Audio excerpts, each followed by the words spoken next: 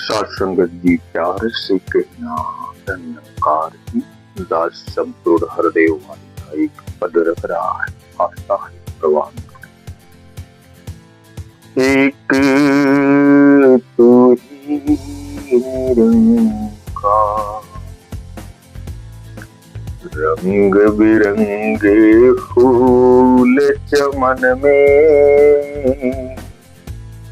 प्यार से मिल के रहते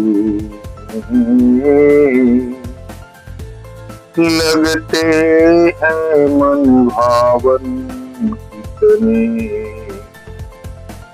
जब ये साथ महकते डाली पर हो या जमीन पर फूल सदा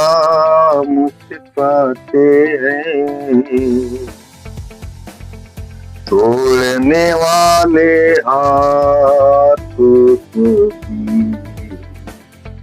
खुशबू से महकाते, पूजा की थाली में सजते जब ये तोड़े जाते हैं, इष्ट देव को कई चढ़ाते कई माला बनाते हैं, भांति भांति के फूल इकट्ठे एक जगह जब हो जाते, दस्ते कारू बनते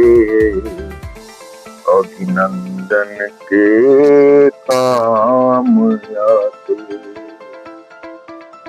जैसे माली ने चमन में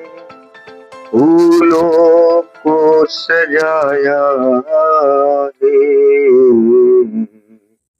ब्रह्म ज्ञान से सतगुरु ने